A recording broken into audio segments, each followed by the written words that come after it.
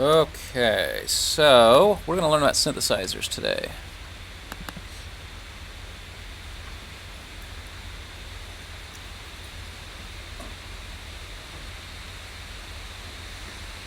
So this is just a very, very simple synthesizer that I'm going to use just in Max to kind of show you the different elements. A synthesizer is, in the old days, before we were doing this all on computers, a synthesizer was a series of electronic circuits that you could use to make sound. And every synthesizer had three basic components. But the idea here is you're trying to use the synthesizer to mimic the sounds of something. So you're using it to create a sound. Okay? It synthesizes the sound. Okay? And they have three main components. One is an oscillator, which is this light green box here. And an oscillator is it just oscillates a frequency.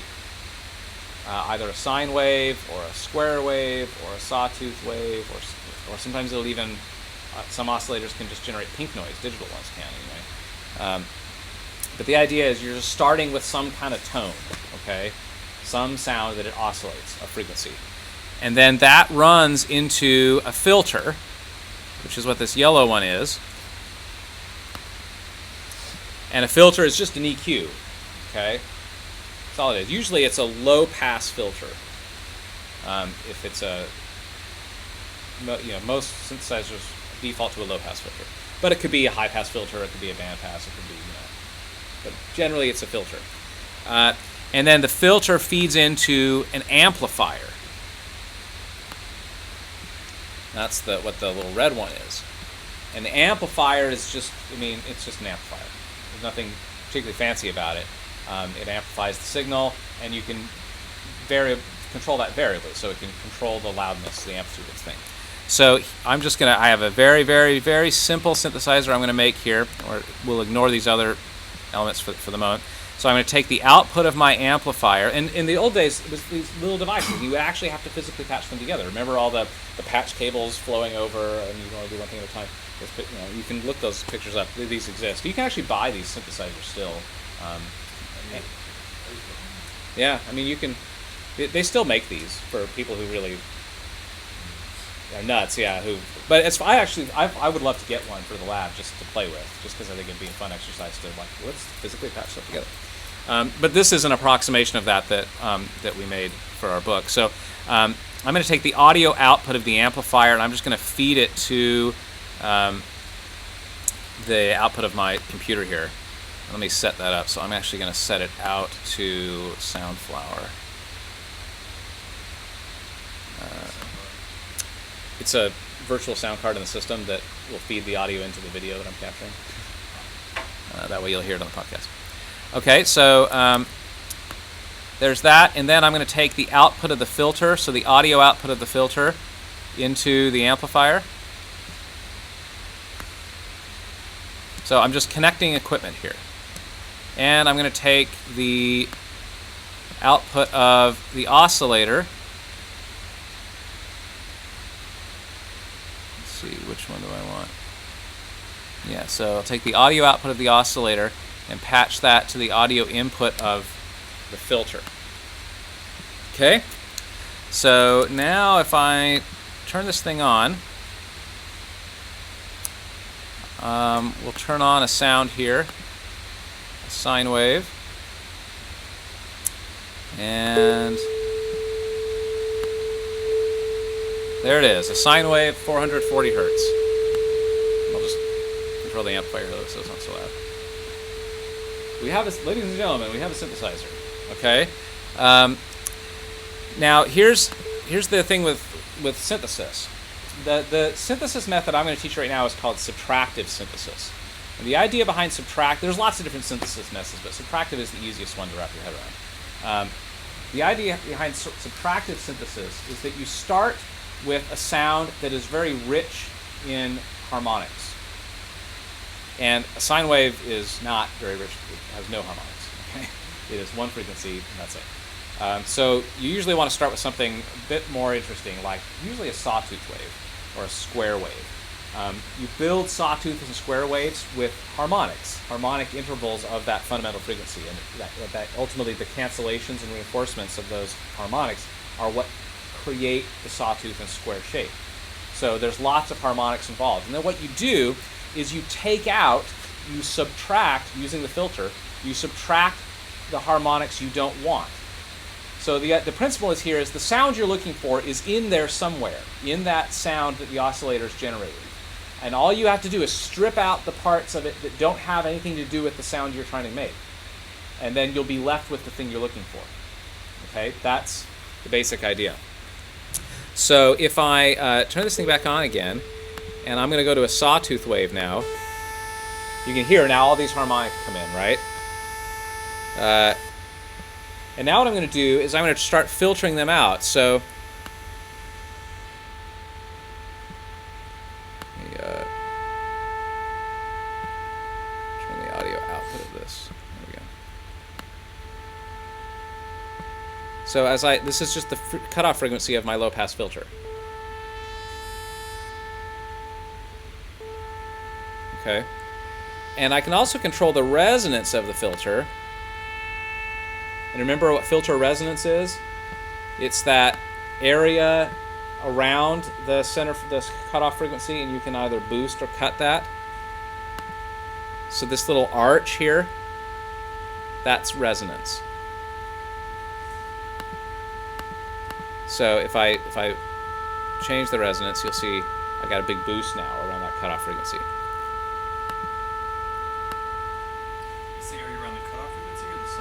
The cutoff frequency, because it's a low-pass filter, so it's cutoff frequency. Sorry, I said center. If I take the resonance all the way down, it basically cuts off flat like that. You can also affect the roll-off. So you can, in this particular filter, you can do 12 dB per octave or 24 dB per octave. Just makes it a steeper cutoff.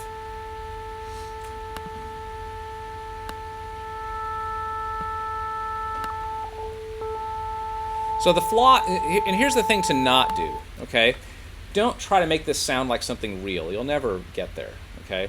So the goal here is not to make this sound like a violin, right? You'll never make this sound like a perfect violin, although theoretically that should be possible. In reality, you'll never quite get there.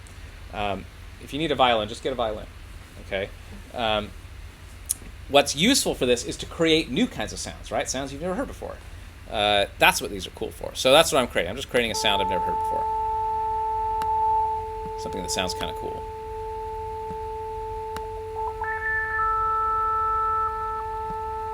Yeah, there we go. That's something sort of interesting. And you can keep manipulating this stuff and make all kinds of different sounds. So I could start with a square wave and get something different.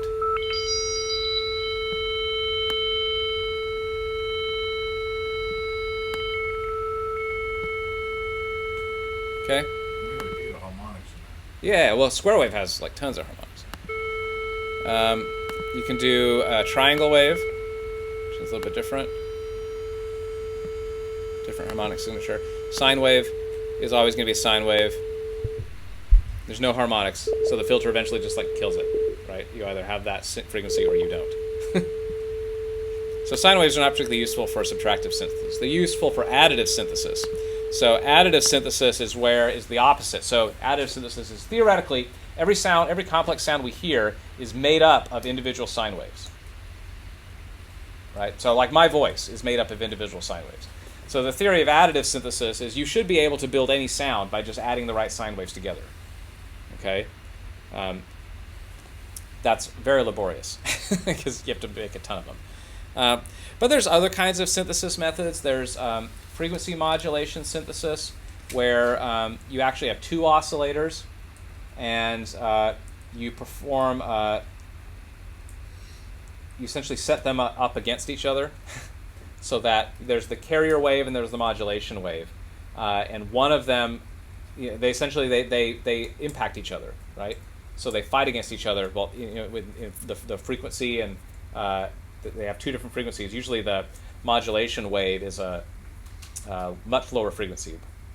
It's like a frequency you can't even hear in some cases, and it will modulate that the other frequency or the other sound in a way that changes it, so it's constantly changing, right? As this modulation frequency changes, it's changing the source in a really interesting way. And you can have that, you can, depending on the synthesizer, you can have that happen at a frequency level or a phase level. So there's phase modulation synthesis. And like the Yamaha DX7, although it was called a frequency modulation synthesizer, it was technically a phase modulation synthesizer. The algorithm it was using was really phase modulation. So it was using the phase interactions to make the sounds. Anyway, those are just different methods. I'm teaching the subtractive method. Okay, so at the moment, the first thing that I would like to do is I would like to be able to change the frequency, right? So I'd like to be able to have my keyboard hooked up to this and have the frequency change depending on which note I play on the keyboard. That would be super cool, wouldn't it? So what I'm going to do is I'm going to take my keyboard here. I have a block representing my keyboard. I'm going to just move some of the stuff out of the way.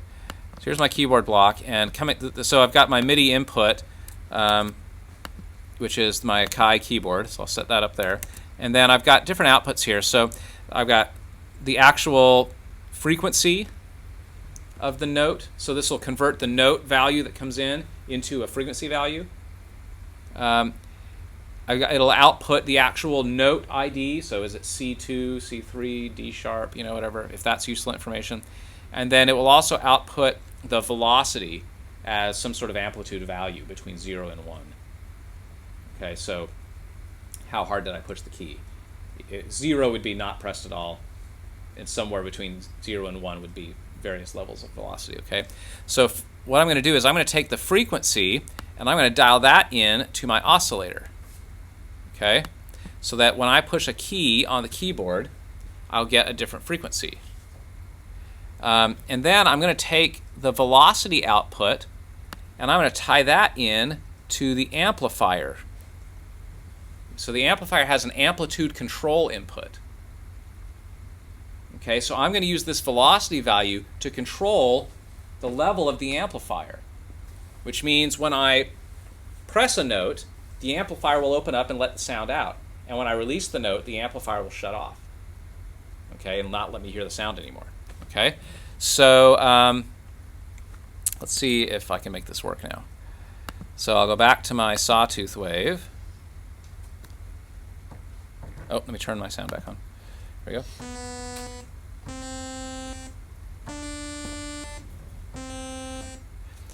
So, right, as I push different keys, I'm getting a different frequency, right? See, the oscillator is getting a different frequency, whatever frequency of, so here's my 440 hertz I was using before. That's A. This is the octave below that, 220. So this keyboard is just outputting a different frequency value and telling the oscillator, hey, play the sound of this frequency. And then I'm getting this velocity value, and you can see the different velocities coming in. There's 127. I can get really low velocities. Ultimately, that's being scaled down from 0 to 127 to 0 to 1. 1 being, it's a multiplier, basically. So if I'm multiplying the output by 1, that's full output. But if I multiply it by 0.5, it'll be 6 dB quieter. Okay. And if I multiply it by negative infinity, it goes away. So that's all that's happening is as I get a positive velocity value, it opens up the amplifier and lets me hear it. So now, middle one say on the keyboard? the pitch, that's the actual note ID. So C3, there's middle C, right? C2. So it's not something to plug into, it's just information. That's just information. Yeah, I don't know that. I mean, we have an output where you can tie that into something if you want to. There's none of these objects we've made will use that particular information, but you can make a custom object in Max that would do that if you wanted to. Okay, so now that I've got this, let's see if I can get a little bit more interesting sound here.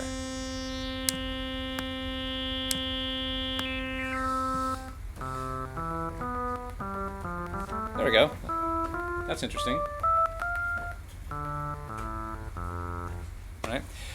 Okay, so that's just basic synthesis. You have an oscillator feeding into a filter, feeding into an amplifier, and your keyboard then controls those things. Okay. However, there are two other objects that synthesizers can use to help craft the sound and make it even more interesting. I mean, this is So far, I haven't yet created anything very cool. I've mostly created annoying sounds. So we can now start trying to make some more interesting sounds. And one of the really useful tools for doing this is called an envelope. So that's what this blue thing is. And what an envelope does is it's called an attack, decay, sustain, release envelope. And it just creates ramps, okay? So let's see if I can, well, I'd have to tie it into something first. Let's. Is that what all envelopes are? Yeah, envelope is just, an envelope is some value changing over time, okay? That's what an envelope does. I mean, like the automation line in Logic, that you could call that an envelope. That's a value that you're making change over time. There's an envelope to it, okay? But most standalone envelope processors have these 4 values, and really a 5th one if you want to be persnickety. But and it's attack, decay, sustain, and release.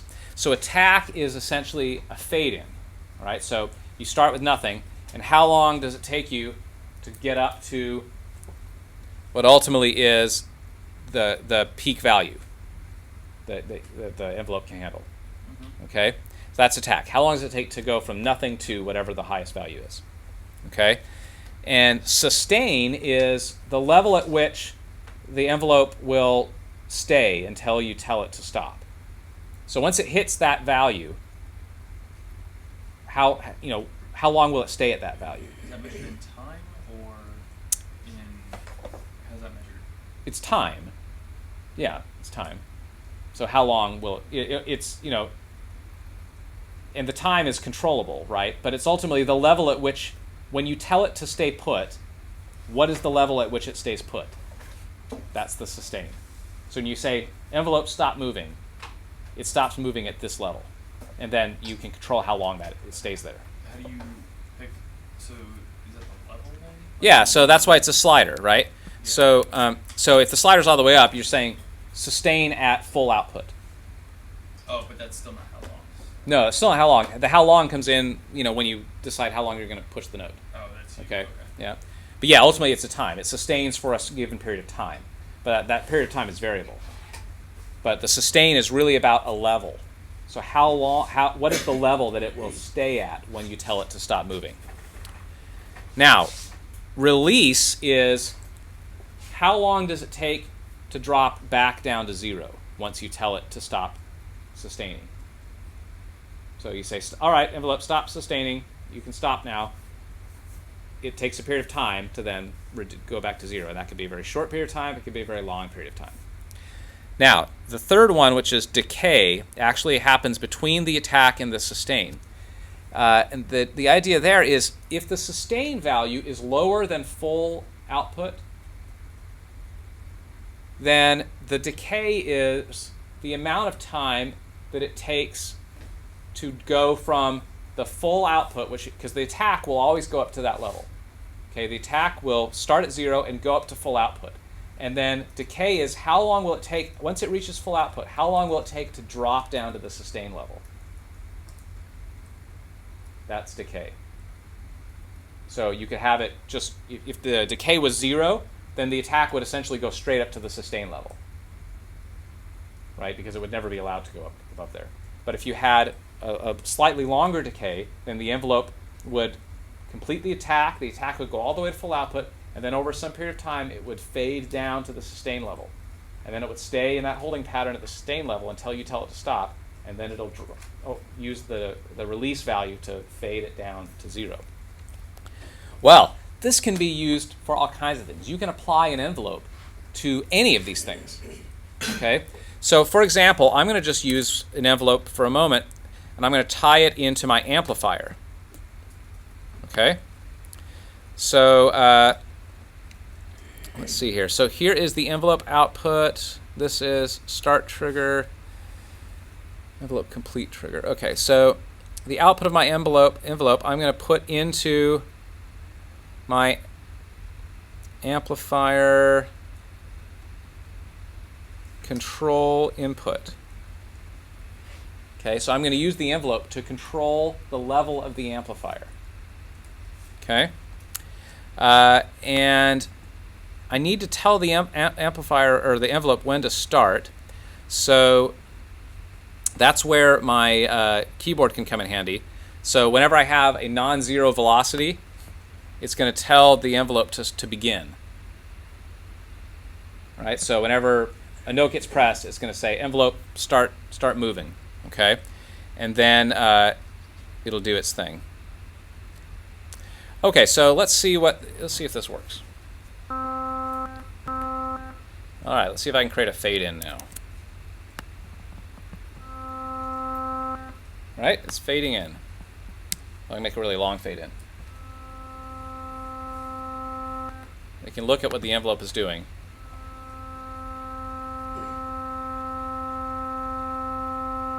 There, it completed the attack, and now it's sitting here at the sustain level for as long as I hold the note.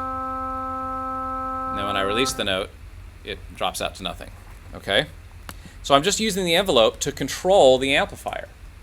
So as that attack value increases, it's increasing the amplification. Okay? So I can also increase the release, and it'll do a fade out as well. So I'll make them a little bit shorter.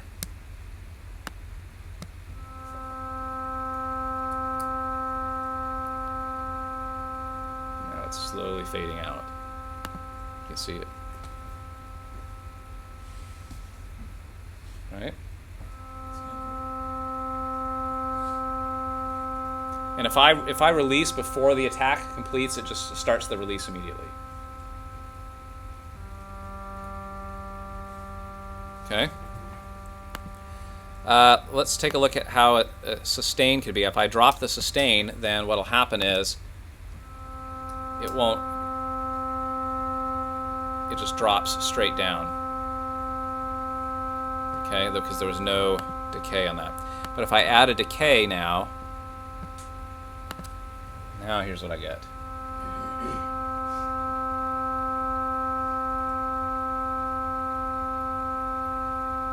So it's decaying, and there it hit the sustain point, so it'll stay at that level now until I release, and then it drops it down. Yeah? Okay, so what I'm going to do, I'm going to make a pad. You know, a pad is something that has a pad synthesizer sound is something that has you use it for long held notes, and it usually has, you know, fades in and out over long periods of time. But also the harmonics will change over time with a pad. So a pad will have the harmonics that you allow through the filter will change over time. I can use the envelope to control that filter as well. So let me just see if I can move some of this stuff out of the way. So I'm going to make myself another envelope.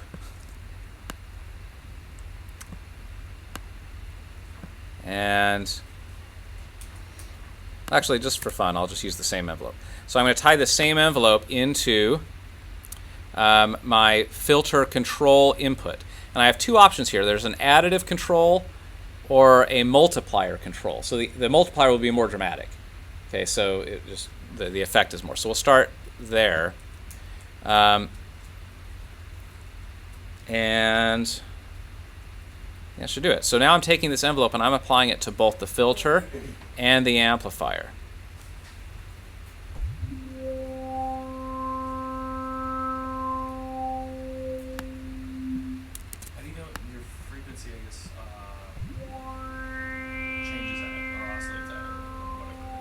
You don't. You do it by ear. You know, most of those frequencies are not, you can't hear those frequencies. Right. I mean, that frequency would have to be around 20 or lower, or something really low, for it to go up and down to follow that. Right. I mean, we're not using frequency at the moment. So we're just... Why am I hearing that? Because look what I'm doing. I'm controlling the filter. I still hear that as pitch. Right, so it sounds like pitch, but what I'm really doing is I'm just opening up more harmonics. Right, that's... You're saying you can't set a max or minimum on... Sure you can. So what you do is you can go in and say there is an amount value to the envelope, so how much does it apply? So now it's not making as dramatic of changes. Okay. It's following its sine wave, which is going like that. You can see it now, it's staying put. And now it's releasing. It is following the pattern of the envelope. So let me turn this up, the amount back up again, and watch what happens. You see, that looks like a sine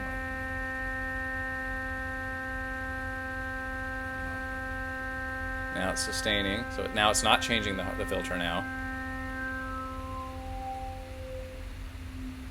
So if you Okay. want your sustain, what if you still wanted it to do one thing, like change the cutoff while it sustains? Is that just another? You have to bring in another. You have to bring another envelope, yeah. Oh, okay. So now I'll do that. So now I'll create another one here.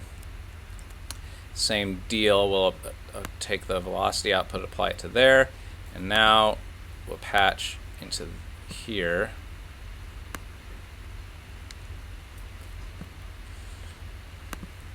And then now I can have separate settings. So now I can say, you know, I want this nice long fade in, but now I want to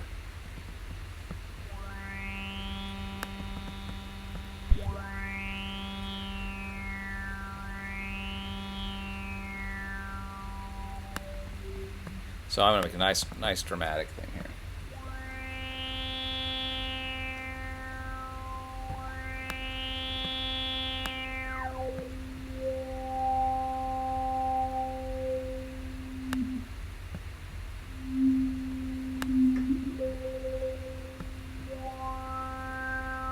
There we go.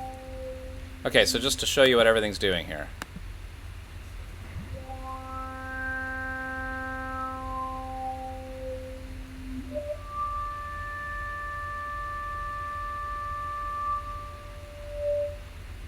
So I'm just using envelopes to control the filter and control the amplifier, but I've got a different envelope on each one.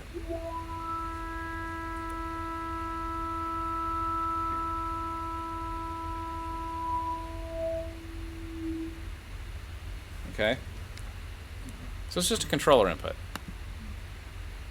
Let's see, I would sort of like this to be a bit more dramatic, I think. Maybe more, let's see.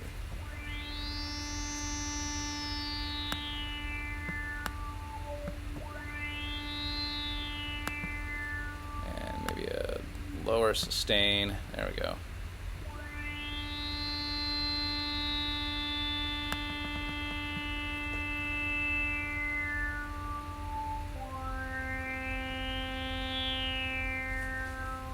Okay. Now you can apply an envelope to the oscillator if you wanted to. So I could say instead of going on the filter, I'm actually going to apply this to the oscillator, and this will be a frequency control input, and I'm going to do additive this time because I don't want it to be quite that dramatic.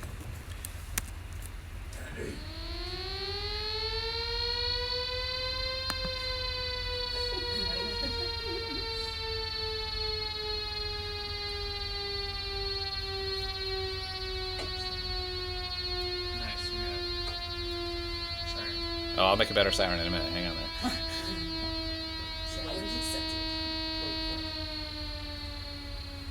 But yeah, you're right. I mean, you could absolutely use this to make sound effects.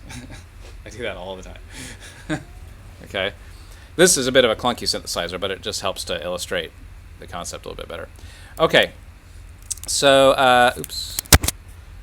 Let's talk about, let's get rid of this now. Let's talk about LFOs.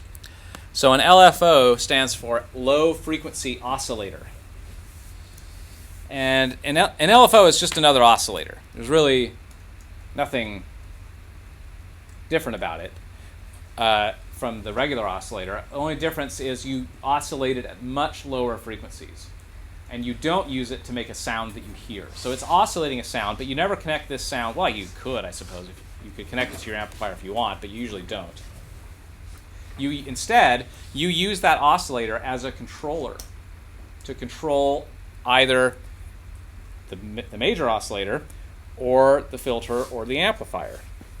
So if I wanted to really make the siren, I could use the low frequency oscillator. So I'm going to, let's see, we'll tie what are we doing here? Yeah, so we'll tie the output of the oscillator into the additive input of this oscillator. And then I'll pick, a triangle waveform. And then there's an amount, like the degree to which you want to affect it. And then what is the frequency? So I'll just set it to, 1 hertz. And I'll turn on the display here.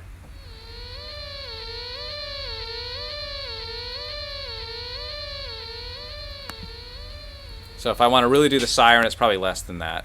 I'd probably do 0.05. Let's see what that does.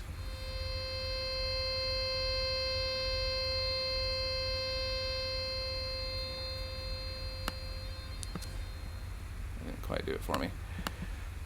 Maybe.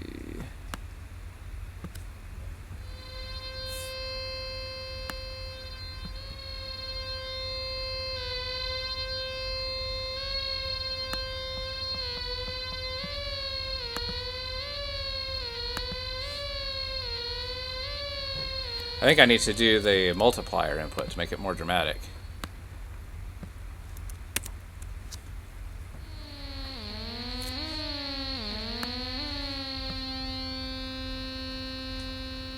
Zero 0.05.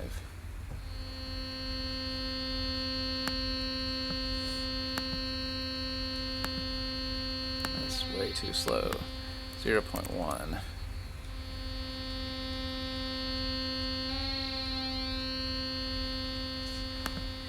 Maybe a sine wave instead.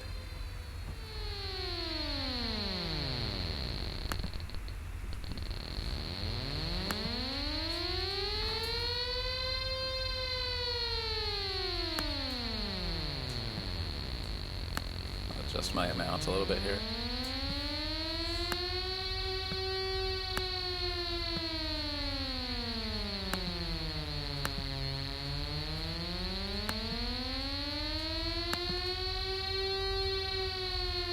Alright, there's your siren.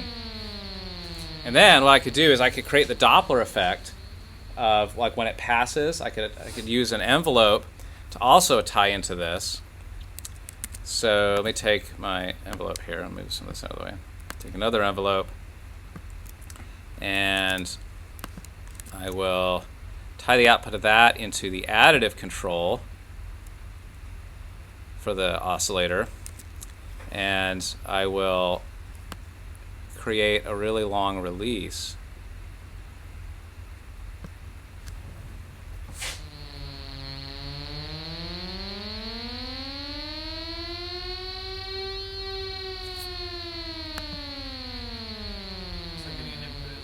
Oh, you're right. I didn't patch an input. That's why. Good call. There we go.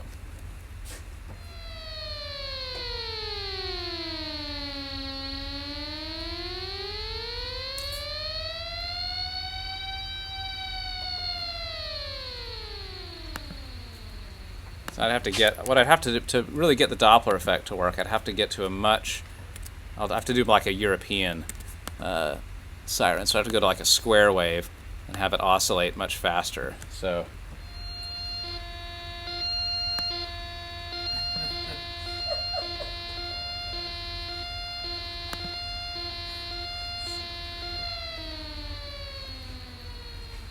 yeah, so I'd have to tweak that a little bit, but probably faster than that.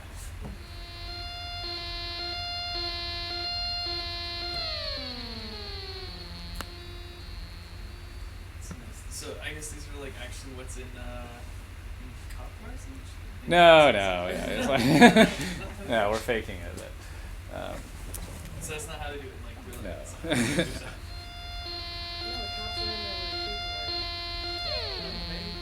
Okay, so you can let's look at other things you can use a LFO for.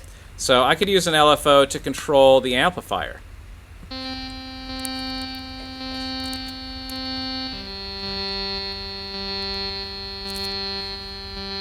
Right?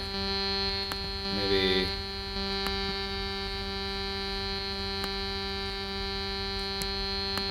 a sine wave, and you can create kind of a pulsing, you know. I'm just hearing all these synthesizers that I've like played with in Logic, and I'm like, oh, so this is really That's cool. how they're doing it, exactly. Got that thing to do that thing. So I need to figure out how to get this oscillator frequency, control input.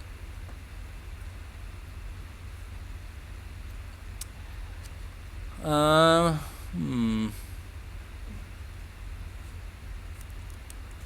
how many times have you made European siren? Because that was really quick. So you, Yeah. So- so like you could, if I take this LFO and apply it to both frequency and amplitude amplifier, then I could create a vibrato effect, right? Because that would be it would be the when a voice or an instrument goes vibrato, it's changing both frequency and amplitude a little bit as it's pulsing, right? So let's try it. If I it's back on, so I need to obviously be faster than that.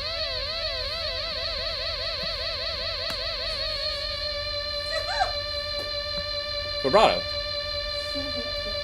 was thinking like B, but yeah. Yeah. I've got to figure out how to get the LFO to not to still allow the cutoff to happen. Yeah,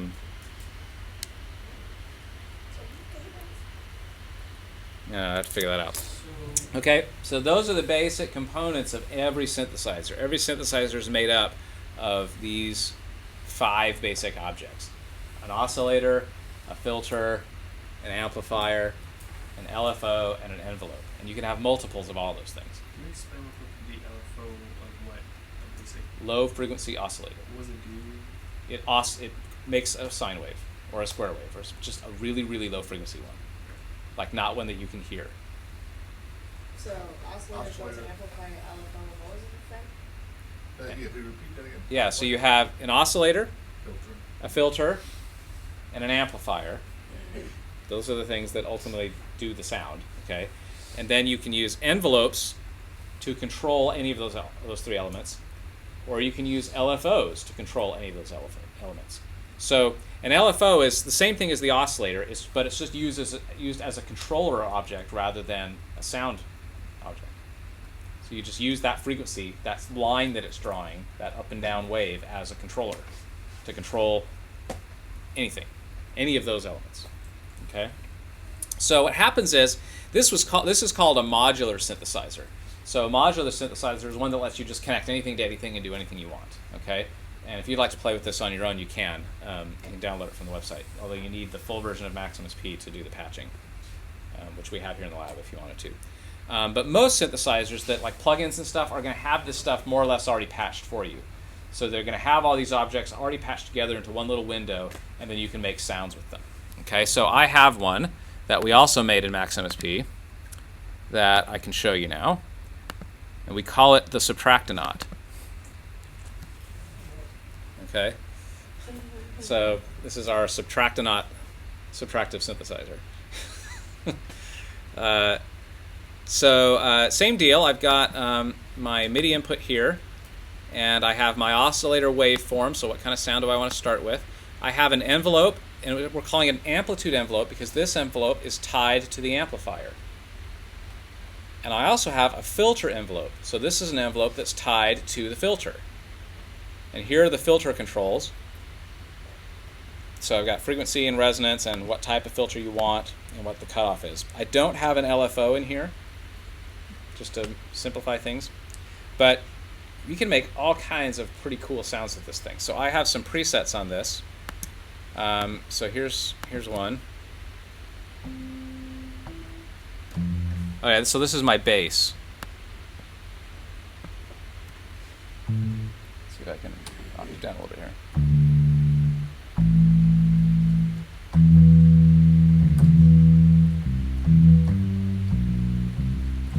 Okay, so I've got a sawtooth wave. I have an amplitude envelope, so there's no attack on this thing. So if I look at oh, sorry, there's the, I want to see the envelopes. Here we go. So look at the amplitude envelope. It just cuts right on. But there's a little decay. I'm envisioning, you know, like the performance of like a string bass. You pluck that thing, and there's an initial, you know, initial bump, and then it drops really quickly, and then sustains, right? So that's what I was trying to create. And then it has a relatively short release, right? It doesn't hang on too much. And I'm filtering pretty aggressively with some resonance around that filter. I'm trying to mimic the resonance of the box, right, of this bass. I mean, I'm not trying to mimic an actual acoustic bass, but I'm just using that as inspiration for this particular sound. I'm not using the filter envelope at all, so I've just got a low-pass filter that's filtering pretty aggressively with a really sharp resonance. And I got a bass sound. If I just manipulate some of this, there it is without as much aggressive filtering. So I just did that until it sounded right. It's maybe a little bit too much. There's no resonance. Not very exciting.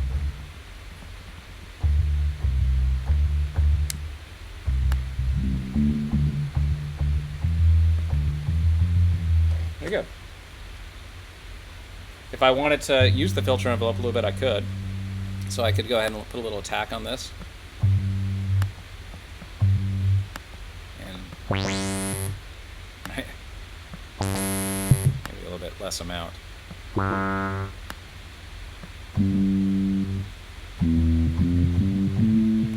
Just for fun. Okay. Let's see what this one is. Oh, this is my bell. Okay.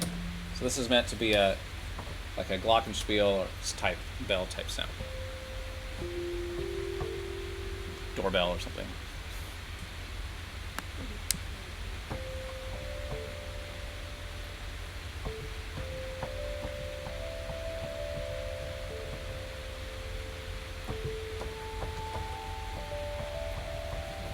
So what am I doing here? Well, this time I'm starting with a square wave instead of a sawtooth. And if you look at my envelope, my amplitude envelope, again, I've got very short attack, a little bit of a decay down to a very low sustain, and then it rings out a relatively long release.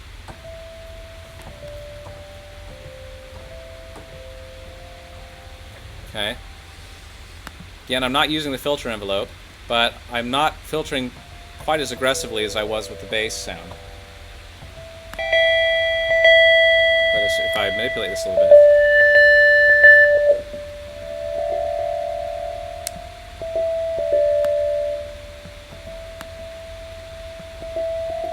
What is that cutoff frequency? I don't know. Well, it depends. It depends on the note, right? I mean, it doesn't sort of, but I don't know. It's not important. You do this all by ear. Is that C, 512? Say again? That's a C above middle C, right? I don't know. I'm an octave up. Yes.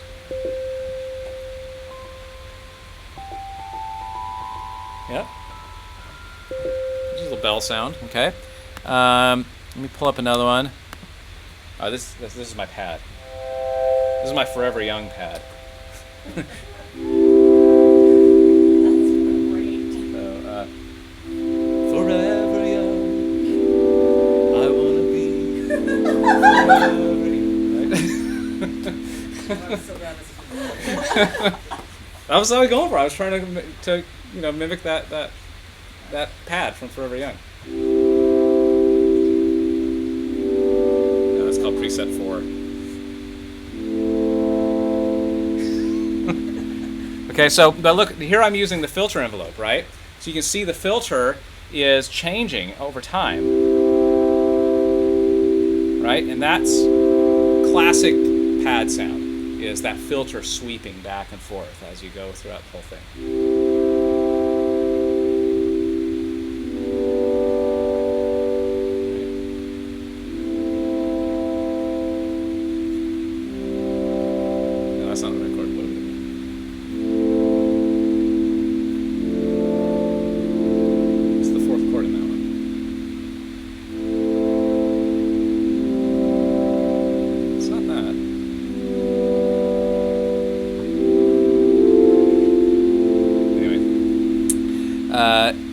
So I've got pretty, I'm also doing some amplitude envelopes here. So if we look at our two envelopes, you can see what's happening. So the top one is amplitude, the bottom one is the filter.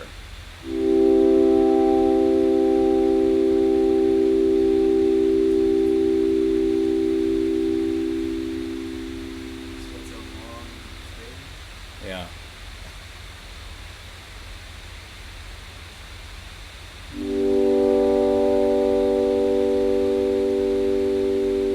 It's showing 2 on the amplitude because of the different velocities that I play for the different notes.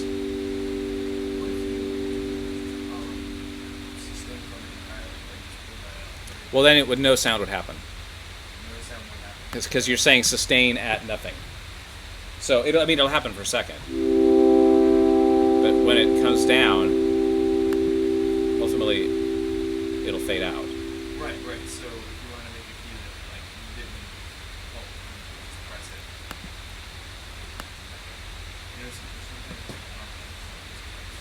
I don't know what you're trying to do. There are no rules to this. You can do whatever you want. You'll press a key. Eventually, have to set down. Yeah.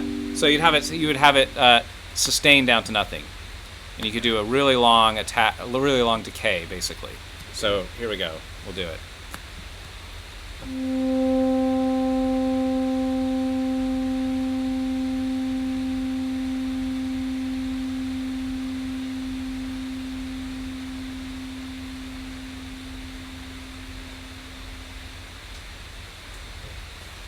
Yeah.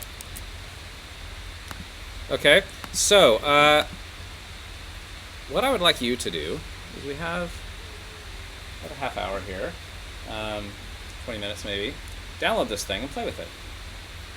Okay, I want to make sure you can download you have to download the MaxMSP program, so I'll make sure that I'll help you with that. And then download this patch and make some sounds.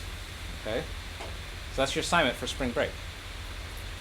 Make some presets. Yeah, make some sounds. Make me 3 sounds. Make a preset.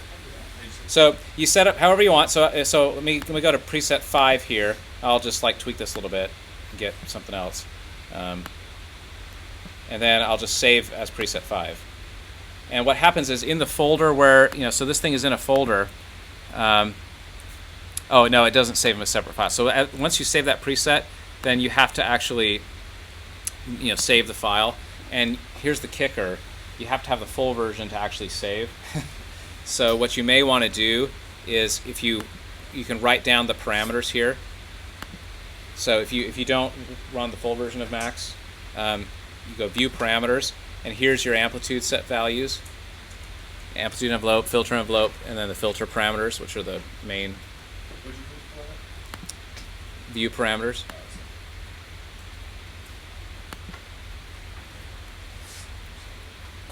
So if you're going to do this on your own computer, you may not have the ability to save, but you can do it on the lab computers, and then you'd be able to save that file with your presets.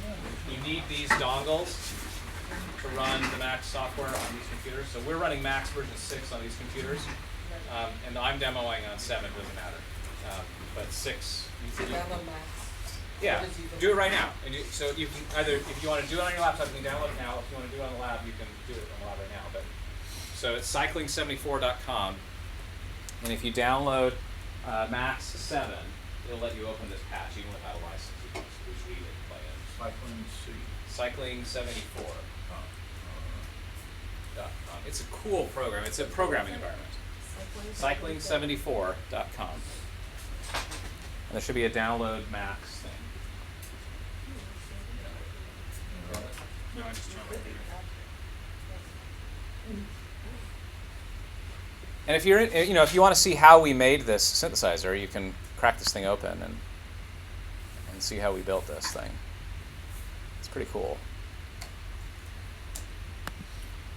Another Eric Schwartz. So it's just over. Yeah, I mean, if you want to be able to make your own stuff, your own programs, yeah. But you can open stuff for free. So you can open my files and mess with them.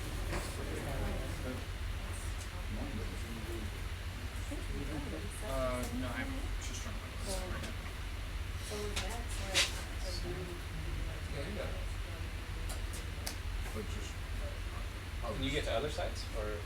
Haven't. That's his AIM messenger account. What is? Cycling keyboard. Oh, God. What's that? Do you have you cycling?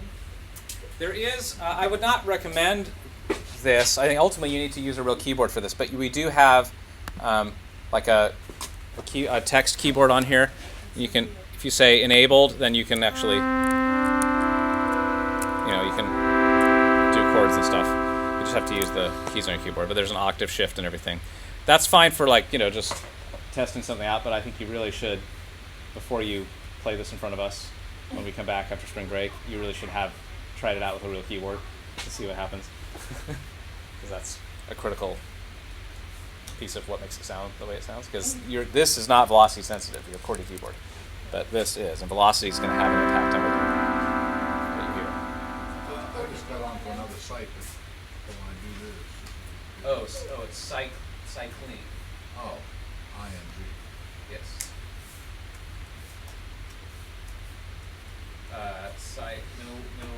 Not too long. CLING. There you go. 74. So we're downloading what from Cycling? Max. There you go. So go to download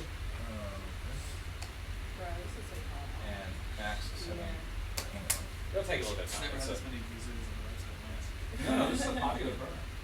So, like the Sound Dance was done on this program. Max. This?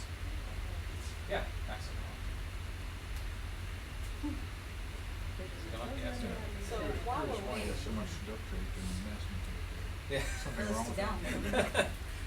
19. So this is designed to be, it's a programming tool for musicians, right? So people who don't like typing code but want to make their own programs, that's what this is for. So it uses patching. So it has these pre-built objects that do things, and so most of these are custom ones we made. So But are we supposed to do the subtract or not? yeah, And we get that from you. you get it from my website. Okay. DigitalSoundAndMusic.com.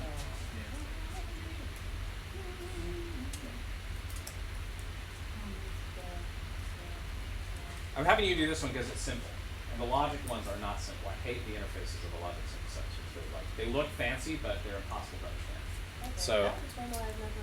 So I want to make sure that you understand something like this that is very simple before when we get back, I'll teach you. Max demo. Yeah. So go to the curriculum modules.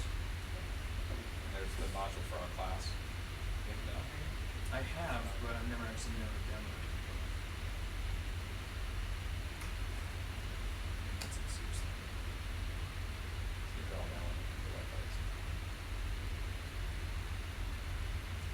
I can go to another site, right? Yeah. So it's there'll be a list there. One of them is the subtractive.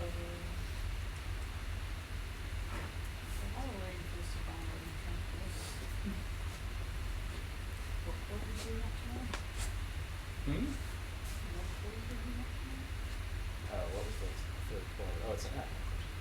So I'll pull this back up. Okay, so.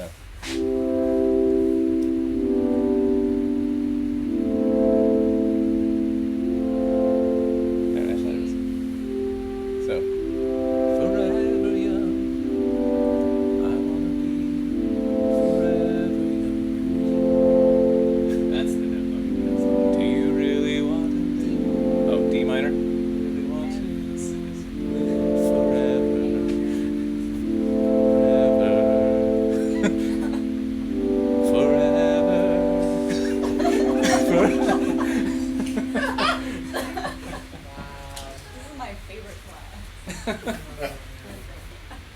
So I'm expecting you all to be able to come back Monday and play Forever Young with preset number 4.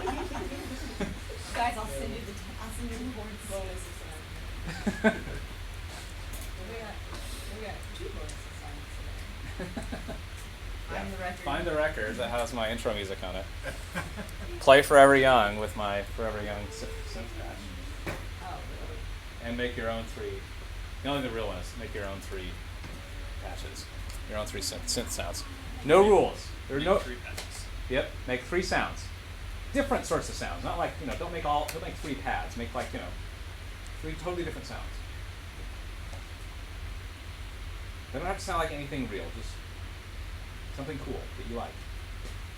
And then be prepared to explain how you achieve the sound you achieve.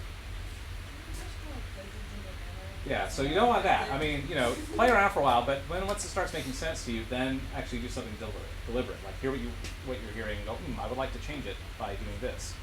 And get something that is deliberate. So we're not doing, what was the other demo called that you started out with today?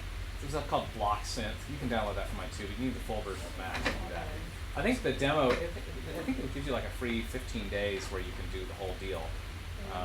The Block Synth is just, it's nice for demo purposes because it separates everything out into separate objects and you can see what individual things are, whereas this one, we're inferring a lot here. And which dongle is the blue ones or the green ones? These green ones will launch the full version on the lab computers, not on your laptop.